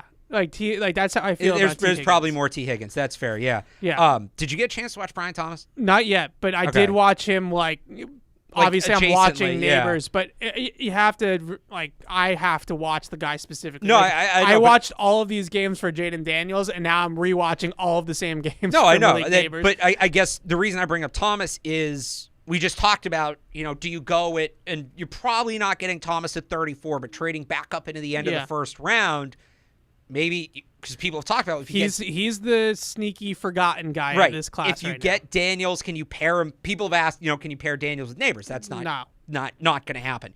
Can you pair Daniels with Thomas? That's very realistic. Yeah. And Thomas is, like you said, forgotten. I think he's one of these guys, Evan, you love to highlight these guys. Everybody's looking at Malik Neighbors. Yeah. So Thomas probably isn't getting that's an old Belichick. The hype he should be. We're going to take the other guy. I know, but we're smarter than everybody. But me watching, I'm with him on this one. Yeah, and I'm not saying Thomas. I understand it too. I'm not saying Thomas is good as Neighbors, and I'm curious. You're better at receivers than me, but I'm curious to get your read on Thomas because I think he's more the prototypical X, but he's fast. Yeah, and he'd be an interesting guy. You put him and Pop Douglas on the field together, you got a ton of speed. But he gives you a size. He's not the biggest guy. He's not T. Higgins. He's not the biggest guy in the world. Yeah. But he gives you some size in that sense. He does separate. I mean, he's an LSU receiver. He does separate. Yeah. God, that school just is a factory. I mean, Malik Neighbors is a dude. That guy is unreal. The comp that I think is he the best LSU receiver you've watched? No, he's not, because I know how much you love Justin Jefferson. And I think Jamar Chase was better than him too. Okay. But I think that Jamar Chase is a decent comp for Malik Neighbors. I see a lot of similarities. They're actually almost identically the same size. They're both 6'1", 200. I look at both. I think Malik Neighbors has a little bit more of a top gear than Jamar Chase, and Jamar Chase is probably a little bit better at the catch point. But from a body type standpoint, it's probably the LSU thing a little bit. I'll admit that. But I look at those two. Marvin Harrison Jr., if you put Marvin Harrison Jr. in a Raiders uniform with a number 17, I would not be able to tell the difference between him and Devontae Adams. They're literally the same person. It's crazy. Has anybody ever seen them in the same room together? I'm not sure. They are so identical. It's not even funny. They can both play the thing about Marvin Harrison Jr. that I think makes him so ridiculous is that he's everything all in one. He is an outside perimeter receiver and a slot receiver and he can win in both areas. He can win inside, he can win outside, he can win at the first two levels, he can win down the field, he can win with speed, he can win with quickness. Like, that's Davante Adams. Like, he's very, very similar. His route releases are refined and very difficult, a lot like Davante Adams. He creates so much early separation in the stem just by releasing off the line of scrimmage and the way he sets up angles and things like that. He's the best receiver I've ever watched in college. Better than Jefferson? Yeah, better than Jefferson. Uh-huh. Jefferson was different, right? So like does Jefferson this mean you think Davante Adams is the best receiver in the league? I would say that it's between him and Tyreek Hill. All right. Yeah, like Tyreek Hill has probably got the best superpower in the league. Yeah. But I think in terms of like complete receivers, what makes guys like Adams and Marvin Harrison Jr. so special to me is their ability to play every single spot. They can line up anywhere. Like, he can line up 1, 2, and 3, inside slot, outside slot, X. Like, he can line up all over the formation. Like, he can just as easily beat you on a slant as he can beat you on a go ball down the sideline. Like, that is Tyreek Hill is his own thing, like, because of his speed. But the only other guy that I can think of that does that is Davante Adams. So this brings, I guess we'll just talk about it because we're going to talk about it for the next 6 months or 4 months. I keep saying 6. It's really only 4. Everybody in my mentions and my replies, Alex, is telling me that they should just draft Marvin Harrison Jr. That's the take right now, right? Like, don't make a mistake. Don't take the quarterback. Take Marvin Harrison Jr. because he's the best player. That's the take. Yeah, and I get it, especially with their history at wide receiver. You see a guy who's potentially can't miss, and it's like, all right, here we go. Finally they're going to have a good receiver. I would say he's not. And here's a big point people make. Well, Harrison Jr. is a guarantee. The quarterbacks aren't guarantees. Harrison Jr. may be less likely to be a bust, but no prospect's a guarantee. Not one prospect is a guarantee. Not one prospect has ever been a guarantee. There's still inherent risk with it, and is Marvin Harrison, Patriots development proof, or is it the other way around? Or are they that off? Well, so I don't think he needs to be developed. Like, I think that he's as ready as any receiver I've ever seen. But I think the difference is, and like this time of year, those like memes start going around, right? Where it's like a quarterback getting killed in the pocket as Marvin Harrison Jr. is standing, like jumping up and down. Or it's like the quarterback's very well protected, Marvin Harrison Jr. is wide open, but it's like Bailey Zappi. Right, it's overthrown. Yeah. So which one would you rather? And I think the problem is that you can have Marvin Harrison Jr. and you will have a stud wide receiver out of the gate. He will walk on to this field during training camp, and he will be by far the best player on the field. I have no doubt about that. And watching him and Christian Gonzalez go one-on-one together for 6 weeks in the summer will make every single Patriots fan giddy. Like, that's Sauce Gardner and Garrett Wilson, right? Like, iron sharpens iron. And where are the Jets? Love it. But you are the Jets. Right. Because you have no offensive line and you have no quarterback to throw him the ball. And you're not even as good as the Jets because at least they have Aaron Rodgers with a bum Achilles. Like, you don't even have that. So, well, best case scenario, you have Kirk Cousins on a bum Achilles. Yeah, you have Kirk Cousins, you have Justin Fields, you have one of those guys. We got an email with a couple of them, Gardner Minshew. Who was the other ones? Jake Browning. Yeah, no. Jake Browning is a backup quarterback. Baker Mayfield is obviously the one intriguing Baker's one. the one except if you can get Baker and then take Marvin third overall, I could buy into that. But again, the entire front office should be fired if Tampa doesn't have Baker back next year. So the point being is that I'm not good at memes. No, maybe you can let me just say no. I would not trade the third overall pick for Baker because I know people are going to say that. What? That's not a real thing. That's like that call we had earlier about trading Vidarian Lowe to the Vikings for their first-round pick. No, you are better at making memes than me. So maybe you can do this. And plus, as a company man, I probably shouldn't. But make Mac Jones and Bailey Zappi the quarterback. Yeah. Make them getting killed in the pocket because they have no offensive line. Right. And then just make Marvin Harrison Jr. jumping up and down like I'm wide open down here. That's what you're gonna get at least for the first year. Right. And now the argument on the other side is that, okay, so Marvin Harrison Jr. by himself probably doesn't make you much better. So you're going to be drafting in the top 10 again next year, and you just draft Shedeur Sanders next year, right? Or whatever. that I feel like is very risky because you're beholden to the quarterback class then. Right. What if it's a Kenny Pickett quarterback class? Like, what if Shedeur Sanders, the second half of the year, is actually what he ends up being next year also? Or who knows? You have a very weak schedule this year. Maybe you roll off 6 wins, 7 wins, and now you're not in range to take one of those guys. Yeah. So when you have a chance to get the quarterback, you get the quarterback. To your point, and people say, well, now you're beholden to the wide receiver class next year. Couple things on that. Last year was a down year. Generally, college football's churning out wide receivers. They may not be Marvin Harrison, but you're going to get really... Marvin Harrison's not the last wide receiver prospect ever to be available in the NFL. I feel like some people need to remind themselves of mean, that. like, you're still going to get the Roma Dunze, Malik Neighbors, Keon Coleman. Who can all be very, very, very good players. And I think those guys will be. There's going to be multiple all-pro receivers in this class. I'll just tell you right now, you know who went back to school? Emeka Egbuka. Yeah. Who's the next Ohio State guy who some people thought was going to be better than Harrison. Now, he kind of got screwed because Ohio State's quarterback play was terrible this year. Yeah, didn't matter. He's going back. Harrison, but yeah. Torrey, his numbers were down. I mean, they were still very good, but they were down.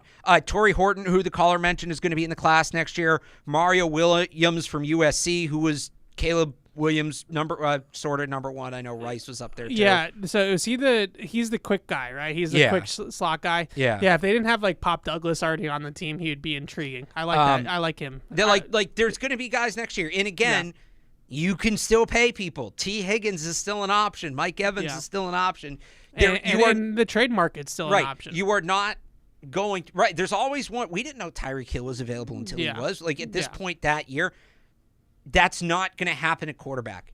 You're not going to get a T. Higgins equivalent at quarterback in free agency. You're not going to get – what receiver gets traded? I don't know. A.J. Brown. Right. Thank you. You're not going to get an A.J. Brown kind of quarterback Am I crazy, available for trade. Just like on this topic, and I know we're all over the place. I would trade for A.J. Brown, yes. Classic. Am I crazy to kind of want Devontae Smith more? I love A.J. Brown. A.J. Brown's a really, really good player. He's probably the best man coverage beater in the league just because he's got the speed, the toughness, the ability at the catch point. I think Devontae Smith, even in like a Bill O'Brien, Josh McDaniels offense, I think he's so underutilized in Philadelphia. I see where you're coming from. I want to – I'm not – I don't want this to come across like I'm saying I would take Pop Douglas over Devontae Smith. Oh, like, God, obviously, say that. No, obviously, like I would take Devontae Smith in a heartbeat, but like that, it's a really good replacement. But that feels like more of a replacement. I want to dishes. I think Pop Douglas is a true slot. Is it all right? So you're gonna play like a gadget slot. So, but like I would play. I think Pop Douglas. I want the X. Really I want that 6'5", I understand. 210-pound on the outside is going to bully every single corner he faces. Why? Because I grew up watching Randy Moss. No, and because I grew up watching Terrell Owens, and because I grew up watching Isaac Bruce, and that's the kind of receiver I like. I want a guy to go out there who is just a massive. So you want freak. DK Metcalf? Yes, and just bully the crap out of corners for 60 minutes. I have. The small shifty guys are fun, and I like Pop Douglas, and I want them to have that guy too. But when it comes to wide receiver for me, give me the big guy on the outside who's just bullying everybody. It's just the most fun to me, and I think that guy more than anybody else helps a young quarterback. Wow, that explains a lot. Like it's all about separation, man. Like you got to get open. Like do these guys not get open? I'm not saying go get N'Keal Harry. Get open, catch the ball. Does A.J. Brown not get open? Does DK Metcalf not get open? Yeah, no, those guys get open. I'm saying but those guys are in like a different, like those guys are elite receivers. But that's what I'm saying. Like if we're talking about, I can add 2 elite receivers. They're both 99 overalls in Madden, right? You would rather A.J. Brown than Tyreek Hill. Tyreek Hill's Tyreek Hill. He's his own thing. But you would rather, I don't know. That's the best way, like to think of like. I would rather A.J. Brown than Devontae Smith, basically. I think A.J. Brown's a better player. I just think I look at the way that the Eagles. A lot of things have come out about the Eagles' offense. Not that this is Eagles Catch-22 Eagles edition, but the Eagles, they use like the least amount of pre-snap motion of almost any team in the league. I think they were 31st in the league in it. So I look at Devontae Smith and I think about remember how the Patriots used to use Julian Edelman? Yeah. Where, like, he's coming into stack alignments late. He's motioning across formation. He's always on the move. Like, he's Right. this chess piece that's always on the move. And they would just hunt free releases for him all over the field. Like, the Eagles don't do that stuff for Devontae Smith for, like, God only knows why. I have no clue. I can't explain it. If you put Devontae Smith in an offense where he's the Z, he's the off the line receiver flanker that can move around all the time, and now you're motioning him all over the place and you're changing his alignment pre-snap and all this stuff, he's going to just be able to just run routes. Like, it's going to be like 7-on-7, right? And I just feel like the Eagles get the most out of Devontae Smith in their system, but their system for him kind of stinks. Like, it really. So he's just that talented. So you just want Devontae Smith because you want to save him from the Eagles. I want Devontae Smith because I think that there's an even more, like, there's another level for him in the NFL. I think there is too. I don't know. And again, I would take if the Eagles say, yeah, we'll trade you Devontae Smith, we won't trade you A.J. Brown, similar package, I would say, yeah, no, I'm not going to say no. It goes back to what I said earlier about Jacoby Myers, but first round edition. Right. Devontae Smith is first round Jacoby Myers. Like, he's all the shiftiness, all the ability to read the field, all the instincts for football, the catch point stuff, which I think Jacoby was underrated on, with speed. So who's first? That's a bad one. They haven't even come close. I was going to say, like, it was first round N'Keal Harry.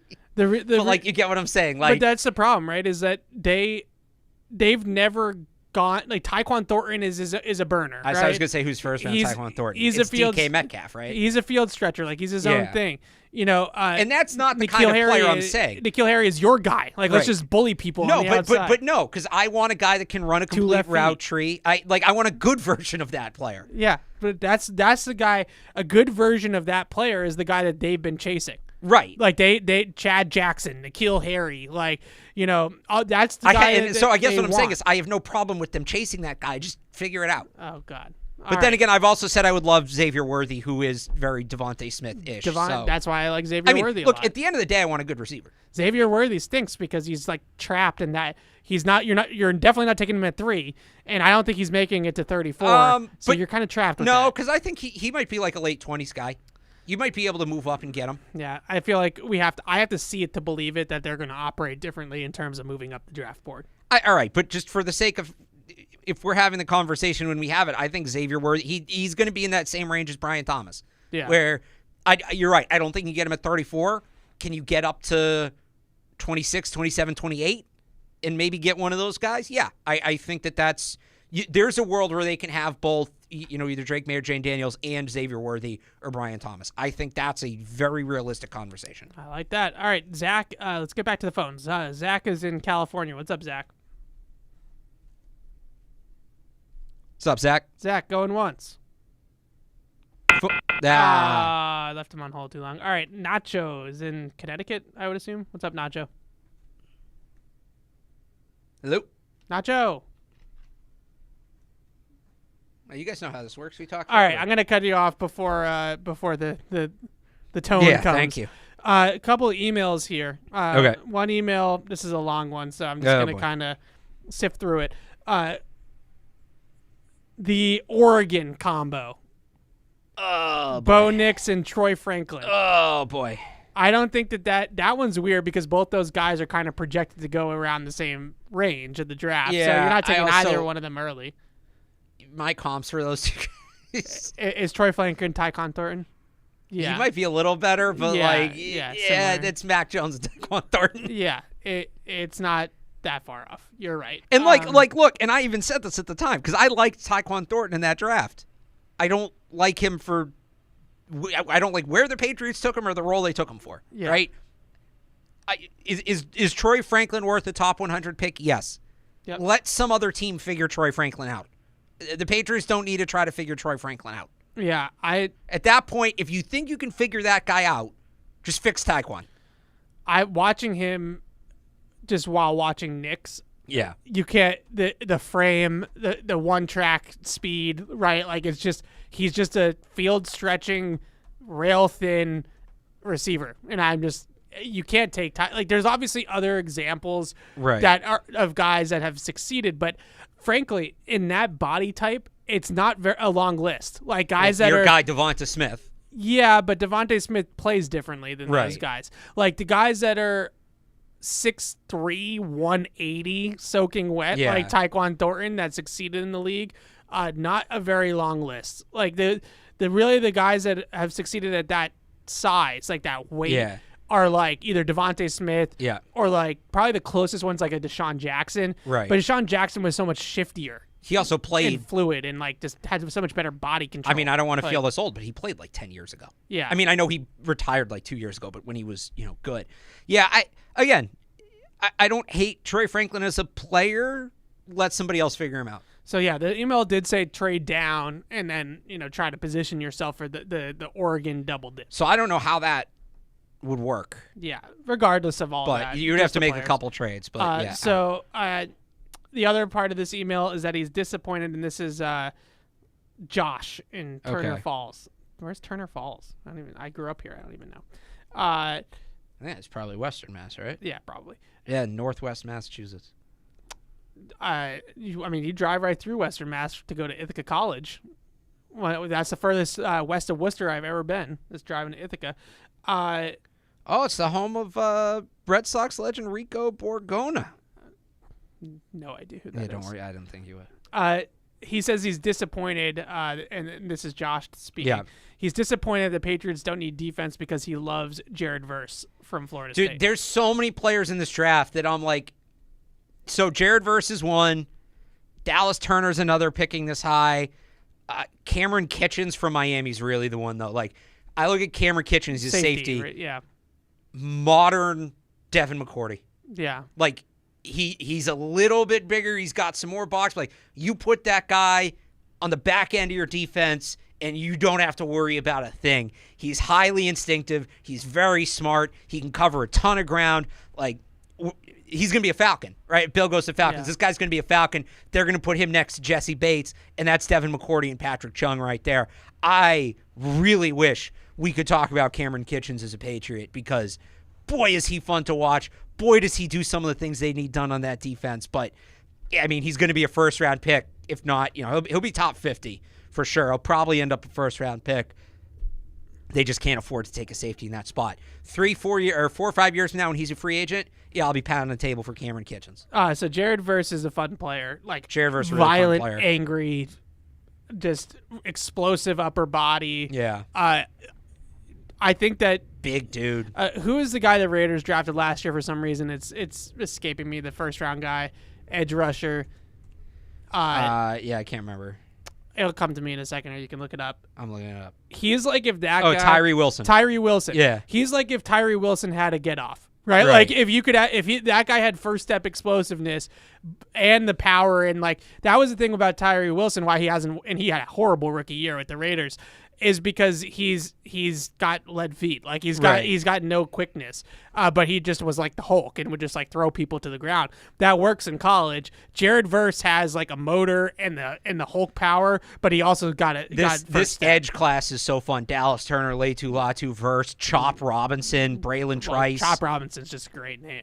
Yeah, he's nasty. He's got to have a cross chop, right? Like that's. I think so. I haven't watched him a ton because this is just where he is. Penn State guy, so they wouldn't take him anyway. But all right, here's another long one from Tom in the UK. Okay. So, okay. His real name's not Chop Robinson, by the way. Oh no, but we're calling Demirion. Oh yeah, everybody calls him. So here, Tom in the UK. This is actually pretty newsworthy right now because I just saw a tweet that the Bears are interviewing Zach Robinson for their offensive coordinator position. Interesting. The Bears are interviewing Zach Robinson. No, Greg Roman. Yeah, right. I love the idea of Zach Robinson, and the reason, like, it's not even about the fact that he played here. The reason why I like that he played here is because they might actually hire him because they know who he is, right? Like, it's an Adrian Clem situation. Like, they actually have a relationship with the guy. But I love the idea of Zach Robinson, who is kind of like quarterback guy, right? Obviously played quarterback, like Kevin O'Connell-ish, right? Like just that sort of thing. That's what you're going for, backup quarterback. Kellen Moore, Kevin O'Connell, that type of person, with the McVay background. Right. So you're bringing, essentially, you would hope that he would be bringing the McVay offense to New England, and he would have that quarterback whisperer thing. Before he got into actual coaching with the Rams, he was working at PFF, but he was also working as a quarterback's consultant and like coach, like a Jordan Palmer type. Quincy Avery, Jordan Palmer, those types of guys. So this is a guy that not only could build your offense like the Rams have, but he would also be able to really develop your quarterback. And when I say really, I mean like footwork and mechanics, and like you wouldn't need to send this guy to Jordan Palmer because you would have your own Jordan Palmer in-house. You have like a true quarterback coach. Yeah, I love the idea of Zach Robinson, and the fact that they haven't kicked the tires on him makes me upset. Hopefully they're still playing things close to the vest like they did in the Belichick era, and we're just going to kind of find out about it. But I really love the idea of Zach Robinson. I think that would be my dream. Well, my dream hire would be Cliff, but that's not happening. So my second one would be Zach Robinson. Yeah. He'd be a great hire. He'd be up there again, like you said. He's going to bring a lot of those modern elements you want. And I think a true quarterback. They haven't really had a true quarterbacks coach. They've had some offensive coordinators who are also, experienced with quarterbacks, but they haven't had a true quarterbacks coach here in a while. Okay, this email, Alex, says Keon Coleman is N'Keal Harry 2.0. I mean, he might be. That's, that's kind of how I feel. Floor ceiling, T. Higgins, N'Keal Harry. That's kind of how I feel. Or I guess the other way around, ceiling floor, T. Higgins, N'Keal Harry. And also wants to know, he says Troy Franklin's better than Tyquan Thornton. I think he might be too, but that's not better, really the but point. it's the same kind of player. And the last point he makes, Ladd McConkey. No. Ladd McConkey. Come on. Come on. Give me your Ladd McConkey take. He's not a bad player, but people. Is he? Okay, so let me ask you this about Ladd McConkey. Yeah. So I'm gonna give you two white stereotypes, and you tell me which one he's closer to. Okay. Okay. Jordy Nelson and Cooper Kupp. I mean, he's probably closer to Jordy Nelson. Yeah, I agree. I don't know. He's so Georgia's offensive line and run game have been dominant for years. You don't get a lot of complex coverages against Georgia. You're pretty much one-on-one if you're a receiver and then you throw Brock Bowers into it as well. There's not a lot of help over the top because the tight ends are worried about the safeties are worried about the tight end. Like, does Ladd McConkey do some nice things? Yes. Like, can he be a serviceable NFL player? Yes. You know who he actually kind of reminds me a little bit of is Chris Hogan. He's not quite as fast, but that kind of guy. Yeah. As a second-round pick, I think he's a third-round guy. I don't think Ladd McConkey's ever going to be your wide receiver one. No. I don't think that's ever going to happen. I like he's like draftable Chris Hogan. I do like that. Yeah, kind of. He's not quite as fast. Hogan was sneaky fast. I don't think he's got that kind of top flight speed. I also, if you're looking for ceiling, I do think Jordy Nelson's probably the comp. Yeah, but even Jordy Nelson was never really a true wide receiver one, was he? No, because it wasn't Devontae Adams yet, but they had somebody else in those Packer teams on the outside. It's not gonna. I don't remember. I can't remember either. But it wasn't Randall Cobb. It might have been. They definitely overlapped, but there was somebody else on maybe it's like the end of Donald Driver or something like that, right? I don't know. That's not the point. If I'm taking a guy in the top 60. Oh, Greg Jennings. That's who it was. Greg How can Jennings. we forget Greg Jennings? Putting he put the team on his back, dog. We forgot it. All-time great YouTube video. That was awesome. I just don't. Can Ladd McConkey be like a good, reliable wide receiver too? Yeah, I think so. He's never going to be that coverage dictating Tuesday morning receiver. I'm just not taking that guy in the top 50. Yeah. I'm not. He doesn't have the ceiling. I think he's a third-round pick. I think late third round. Yeah, might be. I'm not taking him unless What are the Patriots? I keep on saying who was that guy. What are the Patriots going to have? 67? I wouldn't take him unless 67. he puts down a 4-3 out of nowhere, and you're or something like that, and we just are missing the speed because he plays differently. Some guys they don't always run 100 miles an hour, right? They play more of a varied shifty game where they kind of tempo speeds and things like that. That's what helps them get open. That good receivers do that. You don't have to run 100 miles an hour. I think that's a problem that Tyquan Thornton has. Yeah, is you just got to slow down sometimes, and then you know when to use your superpower and when not to. I think that's part of the reason what makes Tyreek Hill so ridiculous is he can just hit the throttle at any time, and you think he's moving at 100%, but he's not. He's moving at 75. All right, Alex, we got the email from Ari. What about J.J. McCarthy? We are going to get this email like 1,000 times between now and April 28th. J.J. McCarthy, I tweeted out. He wins, Evan. He wins. I tweeted out the other day that he. It blows my mind that somebody who I really, really respect a ton in the draft community, and Dane Brugler, has J.J. McCarthy as a late first-round pick. I don't see it. So I'm not trying to crap on the guy. I just don't see it. Let me say this. I could see a team taking him in the first round because NFL teams are bad at the draft. He's not he shouldn't be a first-round pick. But I can see an NFL. Oh, he went to Michigan. He won a national championship. Yeah. Look, he moves around. I can see a team getting all hot and bothered over him. I wouldn't. I think I'm actually higher on J.J. McCarthy than you are. I think so too. He's sitting there in the 90s, and you can trade back up into one of the comp picks late in the third. He's not a bad project player. I do think his size, his athleticism. He is super young. If you maybe not for the Patriots, obviously, because they're not in this position. But if you're a team trying to do the Jordan Love plan, he would be a really not the first round again. Jordan Love is a first round pick. I wouldn't do that. But if maybe it'd be more like Jalen Hurts. But if you're a team like the Packers, where you only have X number of years left with Aaron Rodgers, or you're a team like the Jaguars or the Eagles, where maybe you're not the Eagles, the Jaguars, or the Niners, where you're not sure if you're going to bring that quarterback back, you're not sure you're going to pay that quarterback, and you want to have a plan B, but you don't need him right now. Those are the teams for me that look at J.J. McCarthy because he needs at least a year. It might be two. For the Patriots, no. Yeah, no. So J.J. McCarthy, I will admit that I had some biases going into watching him because of watching him live. Yeah. And I just couldn't. I was like, I don't understand. The guy sprays the ball all over the place.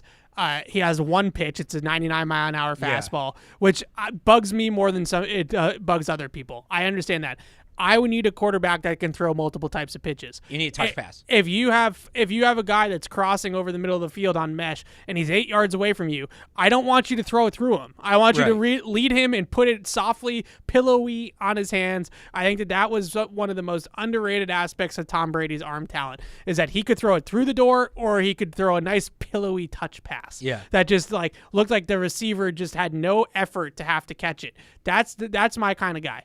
When J.J. McCarthy, and it leads to issues, especially when he's throwing outside the numbers, he needs to uncork it, and he overthrows the ball so it goes 10 yards over the guy's head. He has a lot of issues with the way that he can control the football. Yeah. And I worry about guys like that because that's a really hard thing to develop, is multiple pitches. So, again, my comp form is Zach Wilson. Yeah. It's and so because I do floor ceiling, to be fair, ceiling Brock Purdy. Yeah. If you put him around a ton of talent like he has in Michigan, he's going to be able to operate, and he might give you a little bit with his my legs. Comp is way meaner. I'm trying to remember who. Oh, okay. I'll let you get to that in a second. But at the end, Zach will J.J. McCarthy's going to go to the pro day, and he's going to do the thing where he's in shorts and a t-shirt, and he rolls to the left, and then comes back to the right and flips his hips and throws the ball 70 yards. Oh my God, what a throw! As if every single quarterback in the last 5 years hasn't made that throw at his pro day. Anthony Richardson's hit the ceiling. Remember? Anthony Richardson's was actually impressive. Yeah. But Zach Wilson didn't. Everybody's like, oh my God, this is why the Jets are taking Zach Wilson second overall. It's because he can throw in shorts. Yeah. So I see so much of Zach Wilson where it's this guy that's tabbed as this uber competitor. I don't see it. Yeah. I don't see it. Zach Wilson, any team, time, place except Coastal Carolina wouldn't go down and face my guy Grayson McCall in the COVID year. I think, like you said, Zach Wilson, everything came out of his hands a million miles an hour. Yeah. And there's also, in the big games, they took it out of his hands. Now, that's a little different from Zach Wilson. Zach Wilson had the ball in his hands late in games and choked, specifically against Coastal when he finally played them. J.J. McCarthy, it's not a great, and I know Harbaugh says all the stuff about, he's the best Michigan quarterback since Tom Brady. One, that bar's super low. Right now, that title's held by Chad Henne. Yeah, Tom Brady in college was not Tom Brady yet. And some of that was circumstance. I know that the story. No, but even besides, all right, cool, you're better than Chad Henne. Congratulations. It's not a high bar. Also, don't talk about it, be about it. If J.J. McCarthy was that good, why'd he only throw 8 times against Penn State? Why'd you take the ball out of his hands late against Ohio State? Why'd you take the ball out of his hands in the playoff?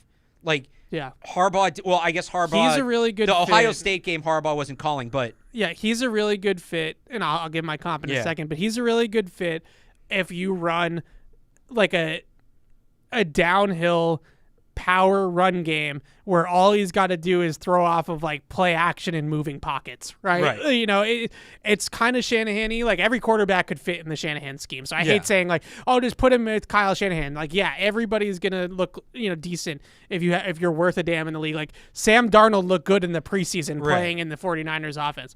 The point is that he is, like if you open passing windows for him to throw in between the numbers with play action, he has made some decent throws. If you on make film. it easy for him, he's capable. And he can. The one thing he does well is throw off platform. He doesn't always need to set his feet to deliver the ball.